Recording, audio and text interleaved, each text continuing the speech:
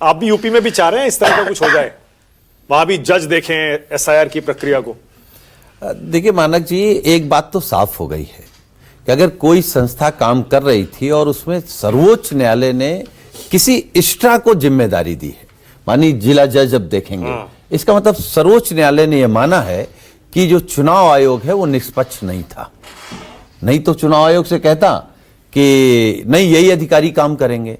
तो हम सर्वोच्च न्यायालय को धन्यवाद देंगे और ये जरूर कहेंगे कि भारतीय जनता पार्टी और चुनाव आयोग दोनों को ये मजबूरी आ गई है कि अब सर्वोच्च न्यायालय का फैसला उनको मानना है।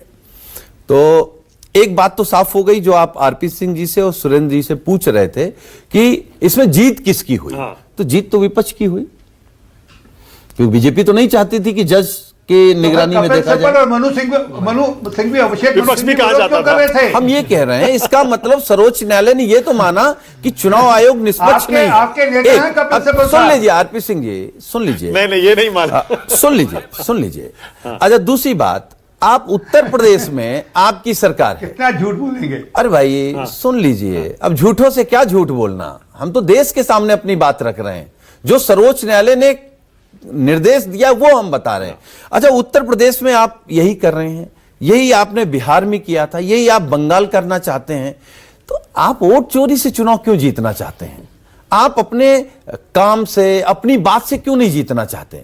आप समझिए मानक जी, अगर इनको अपने काम से या अपनी बातों पर भरोसा होता तो फिर इनको काम पे आपको बात करनी पड़ेगी, रोजगार पे, देश की सीमाओं पर बढ़ते रुपए की स्थिति पे बात करनी पड़ेगी, महंगाई पे बात करनी पड़ेगी, महिला सुरक्षा पे बात करनी पड़ेगी, जिस पर बात नहीं कर सकते। गंगा मैया पे बात कर सकते हैं? नहीं कर सकते। काम करिए ना, सुनिए, ये कह दीजिए कि अब जब वहां पर जज बैठेंगे ना एसआईआर की प्रक्रिया को देखने के लिए, तो अब जो होगा सही होगा, अच्छा होगा। मुझे लगता है कि जो हो रहा था उससे बेहतर होगा, उससे बेहतर होगा।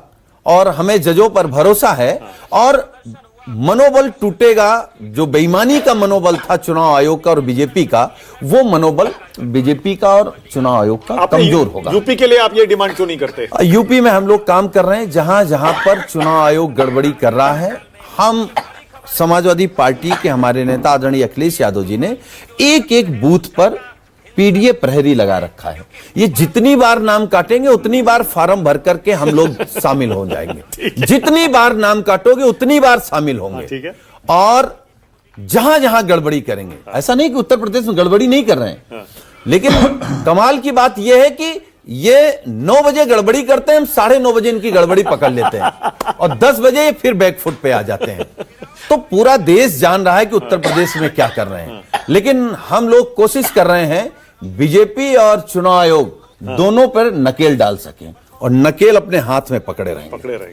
पीडीए प्रहरी मतलब पिछड़ा दलित अल्पसंख्यक, पूरा पीडीए, पिछड़ा दलित अल्पसंख्यक मुसलमान, पिछड़ा दलित अल्पसंख्यक मुसलमान, पीड़ित, शोषित, वंचित, सब।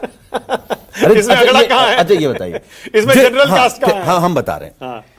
जिस ब्राह्मण समाज की जटा पकड़ करके लात घुसे से योगी जी ने मरवाया है, वो कहां खड़ा है? हमारे साथ खड़ा है। हेलो, पीडीए में उसका जिक्र नहीं है, वो आपके साथ क्यों खड़ा होगा? अरे जो पीड़ित है वो हमारे साथ है, जो पीड़ित है। मानक गुप्ता जी पीड़ित हैं, हम आपके लिए लड़ेंगे। अरे शांतनु जी जिस दिन पीड़ित हो जाएंगे हम शांतनु जी के लिए लड़ेंगे। नहीं हमारी सरकार में नहीं पीड़ित होंगे। अब तो सोचिए, नहीं ऐसा नहीं, ऐसा नहीं है। क्या करवा दिया था? चैनल में, दूसरे चैनल में बोला कि एंकर को बोला हमारी सरकार है, आपको चैनल से उठवा लेंगे। फिर मुझे बोला शांतनु जी ये भाषा समझ जाएंगे, दूसरी भाषा।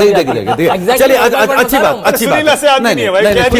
अच्छा ये अच्छा प्लेटफॉर्म है। मैं किसी चैनल में था, उस एंकर ने कहा कि पुलिस जबरदस्ती कुछ नहीं करती, तो मैंने कहा था पुलिस तो ऐसा करती है कि हमारी सरकार होती तो हम पुलिस से आपको उठवा लेते। पुलिस तो ये करती है सरकार के इशारे पर, सरकार के इशारे पर। अरे बताइए पुलिस ने क्या किया शंकराचार्य जी के साथ?